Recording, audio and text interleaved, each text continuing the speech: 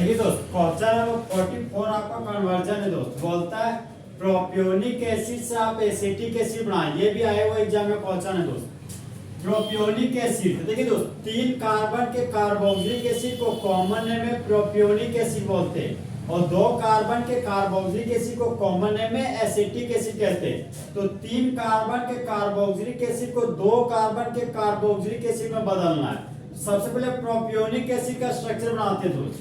इसका स्ट्रक्चर हो गया मेरा CH3 CH2 C double bond OH।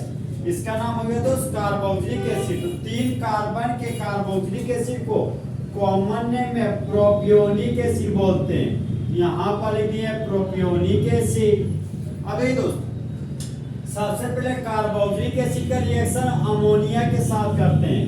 तो अमोनिया का फॉर्मूला है NH3। यहाँ पर NH2 लिख दिया और एक हाइड्रोजन को फैला कर लिख दिए।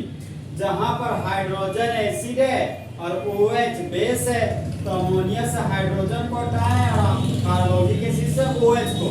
तो जिस तरह बेबी को बेस पसंद है उसी तरह एसिड को बेस पसंद है। तो एसिड और बेस के रिएक्शन से बाय प्रोडक्ट के रूप में वाटर का मॉलिक्यूल निकल जाएगा। यहाँ पर बाय प्रोडक्ट के रूप में वाटर का मॉलिक्यूल दिखा दिए। CH3 सिंगल बॉन्ड CH2 था, यहाँ पर लिख दिया CH3 CH2। कीटो ग्रुप था दोस्तों, यहाँ पर लिख दिया कीटो ग्रुप। अब यहाँ कीटो ग्रुप में जुड़ गया अमाइन ग्रुप, तो यहाँ पर लिख दिया अमाइन ग्रुप। देखिए दोस्त ये CONH2 ग्रुप है, इसको बोलते हैं अमाइड फंक्शनल ग्रुप। तो amide functional group carbon containing functional group है। तो अमाइड बोलता हम जहाँ खड़े होते हैं वहीं से नंबरिंग शुरू होता है। तो प्रिंसिपल चेन हो गया 1 कार्बन 2 कार्बन 3 कार्बन। तो 3 कार्बन के लिए रूट वर्ड हो गया प्रोप। कार्बन कार्बन के बीच सिंगल बॉन्ड है तो प्राइमरी सफिक्स के रूप में N लिखेंगे। तो यहाँ पर लिख दिए N। ये अमाइड है तो यहाँ पर लिख दिए दोस्त अमाइड। तो इस कंपाउंड का यूपेक नेम हो गया प्रोपेनामाइड। अब प्रोपेनामाइड का रिएक्शन दोस्त ब्रोमीन और पोटेशियम हाइड्रोक्साइड के साथ करेंगे। तो ब्रोमीन पोटेशियम हाइड्रोक्साइड का काम है दोस्त amide group, amide functional group में से कीटोन फंक्शनल ग्रुप को हटाना। तो कीटोन फंक्शनल ग्रुप को हटा दिए तो CH3 CH2 NH2 बचा।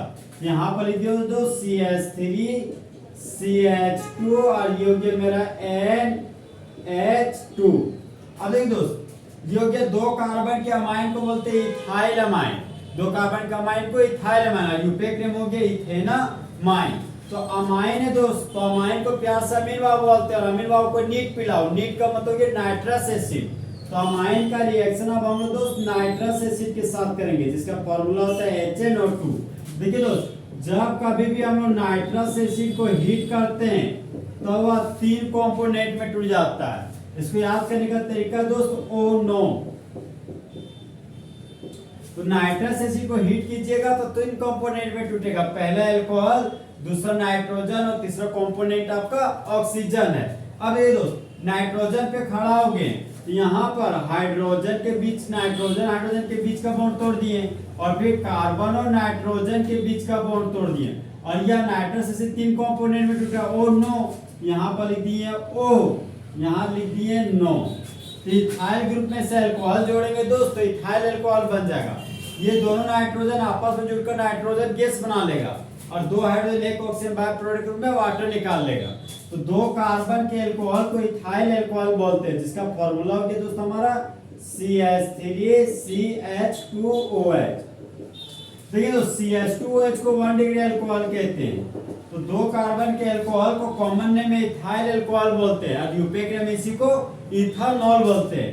अब इथानॉल का दोस्त हम लोग ऑक्सीडेशन कराते हैं। तो ऑक्सीडेशन कराने वाला जो एजेंट होता है वह ऑक्सीडाइजिंग एजेंट कहलाता है। तो ऑक्सीडाइजिंग एजेंट के रूप में दोस्त पोटेशियम परमैंगनेट और सल्फ्यूरिक एसिड लेते हैं। तो 1 डिग्री अल्कोहल का ऑक्सीडेशन से एल्डिहाइड बनता है और एल्डिहाइड का ऑक्सीडेशन से कार्बोक्सिलिक एसिड बनता है। तो 1 डिग्री अल्कोहल को हटाओ और उसके बदले में कार्बोक्सिलिक एसिड को लाओ। यहाँ पर लिख दिया कार्बोक्सिलिक एसिड। एक मिथाइल ग्रुप बचा दोस्त, यहाँ पर लिख दिए एक मिथाइल ग्रुप। 2 कार्बन के कार्बोक्सिलिक एसिड को कॉमन नेम में एसिटिक एसिड बोलते हैं। यहाँ पर लिखिए दोस्त एसिटिक एसिड। तो जब प्रोपियोनिक एसिड का रिएक्शन अमोनिया के साथ करते हैं तब मेन प्रोडक्ट के रूप में प्रोपेनामाइड बनता है। फिर प्रोपेनामाइड का रिएक्शन ब्रोमीन और पोटेशियम हाइड्रोक्साइड के साथ करते हैं तो इथाइलअमाइन बनता है। और इथाइलअमाइन का रिएक्शन नाइट्रस एसिड के साथ करते हैं तो इथाइल अल्कोहल बनता है। फिर इथाइल अल्कोहल का कंप्लीट ऑक्सीडेशन करते हैं तो फुल एचडी में एसिटिक एसिड बनता है। दूसरा दोस्त फुल एचडी में प्रोपियोनिक एसिड हमारा एसिटिक एसिड में क्या हो गया कन्वर्ट। तो दोस्त चीते की चाल, बास की नजर और हिमांशु कुमार के कैलकुलेशन पर कभी शक नहीं किया जा सकता।